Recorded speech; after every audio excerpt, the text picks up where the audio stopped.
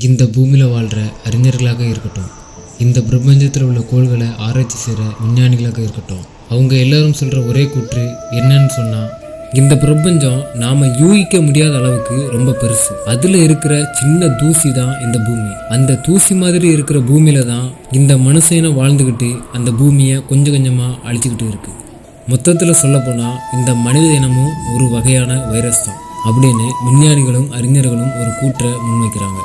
இது ஒரு பக்கம் இருந்தாலும் பல மக்களோட நம்பிக்கை என்ன அப்படின்னா, இந்த வைரஸ் மாதிரி இருக்கிற மனித இனத்துக்காக தான் கடவுள் இந்த பிரபஞ்சத்தையே படைச்சாருன்னு ஒரு பக்கம் மக்கள் நம்பினாலும், கடவுள் கொடுத்த வேதாகமத்தில் என்ன சொல்லியிருக்கு அப்படின்னா, மனிதர்களை நல்வழிப்படுத்த கடவுளே மனித அவதாரம் எடுத்து அந்த மனிதனுக்காக ரத்தம் சிந்தி தான் உயிரையே தியாகம் செஞ்சாருன்னு இந்து வேதாகமாக இருக்கட்டும், முஸ்லீம் வேதாகமாக இருக்கட்டும், கிறிஸ்தவ வேதாகமாக இருக்கட்டும், இது எல்லா வேதாகமத்திலும் சொல்லப்பட்டிருக்கு.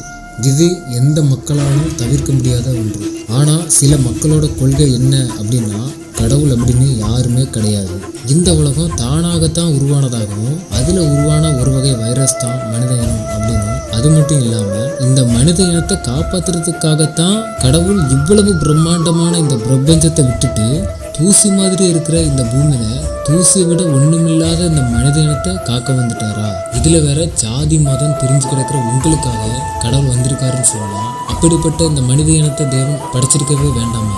கடவுள் மனித இனத்தை படைக்காமலேயே இருந்திருந்தா இந்த பூமி நிம்மதியா இருந்திருக்கும் அப்படின்னு அந்த கூட்டம் சொல்லும். இவங்க சொல்றதும் ஒரு விதத்துல கரெக்டா தானே இருக்கு அப்படின்னு நமக்கும் யோசிக்க தோணுதுல.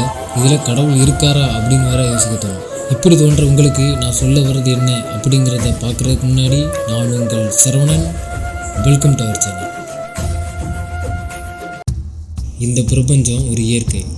மனித இனமும் எல்லா உயிர்கள் மாதிரி பிறக்குது, கொஞ்ச காலம் வாழ்ந்து அப்புறம் இறக்குது. நடுவில் கடவுள் எங்கேருந்து வந்தார்? கடவுள் அப்படின்னு ஒன்று கிடையவே கிடையாது. நம்ம மனசு தான் காரணம். எல்லா மக்களையும் பிரித்து பார்க்காம வேறுபாடு இல்லாமல் வாழ்ந்து பாருங்க, அதுதான் கடவுள் அப்படின்னு கடவுள் கிடையாதுன்னு சொல்கிற கூட்டம் தங்களோட கூற்றை முன்வைக்கிறாங்க. கடவுள் கிடையாது அப்படின்னு சொல்கிற மனுஷங்க நம்புறது என்ன அப்படின்னா, இயற்கை சார்ந்து எந்த விஷயம் நடந்தாலும் அது இயற்கை விதி அப்படின்னும், இயற்கைக்கு அப்பாற்பட்ட விஷயம் மிராக்கலாக எது நடந்தாலும் அதற்கான சரியான காரணத்தை சொல்ல வழி இல்லாமல் அதை மலிப்பிட்டு போயிடுறாங்க.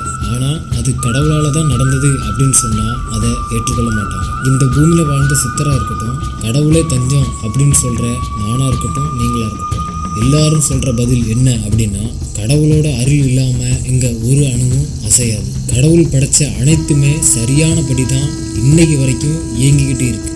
ஆனால் மனித இனம் மட்டும்தான் கடவுள் சொல்படி வாழாமல் தங்களோட ஆசைப்படி வாழ ஆரம்பிச்சிட்டோம். அதனால தான் கடவுள் இந்த தூசி மாதிரி இருக்கிற பூமியில் தூசியை விட ஒன்றுமில்லாத மனிதனுக்காக மனிதனை அவதரித்து நமக்காக பலியாக்கப்பட்டார்.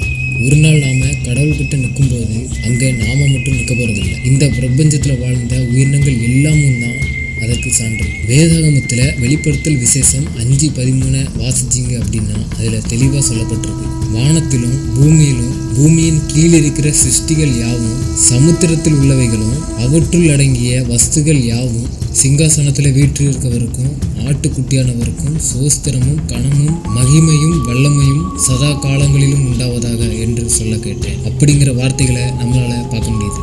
இதிலிருந்து நாம் ஒன்றை மட்டும் புரிஞ்சுக்கணும், மனித இனம் மட்டும் கடவுளை தொழுது கொள்ளலை. வானத்தில் இருக்கிற உயிரினமும் பூமியில் இருக்கிற உயிரினமும் கடல் நிலம் அப்படின்னு எங்கெங்கெல்லாம் உயிரினங்கள் இருக்கோ அது எல்லாமே கடவுளை தொழுது கொள்ளுது. அதில் நாம் ஒரு பகுதி மட்டும்தான். எப்படி கடவுள் படைச்ச எல்லாமும் கடவுள் சொன்னபடி சொன்ன வழியில் போனதோ அதே மாதிரி இந்த மனிதனமும் போயிருந்தா கடவுள் நமக்காக இந்த பூமிக்கு மனிதனை வந்து நமக்காக பலியாக்கப்பட வேண்டிய அவசியம் இருந்திருக்காது. நாம நம்மளுடைய ஆசைக்கு அடிமைப்பட்டு தேவனை விட்டு விலகுனதுனால தான் கடவுள் நம்ம மேலே வச்ச அன்புனால ஒரு மனுஷன் இப்படி தான் வாழணும் அப்படின்னு சொல்லி கொடுக்கும் வண்ணமாகத்தான் தேவன் இந்த பூமியில மனுஷனை அவதரித்து நம்ம பாவத்துக்காக மரணித்தார்.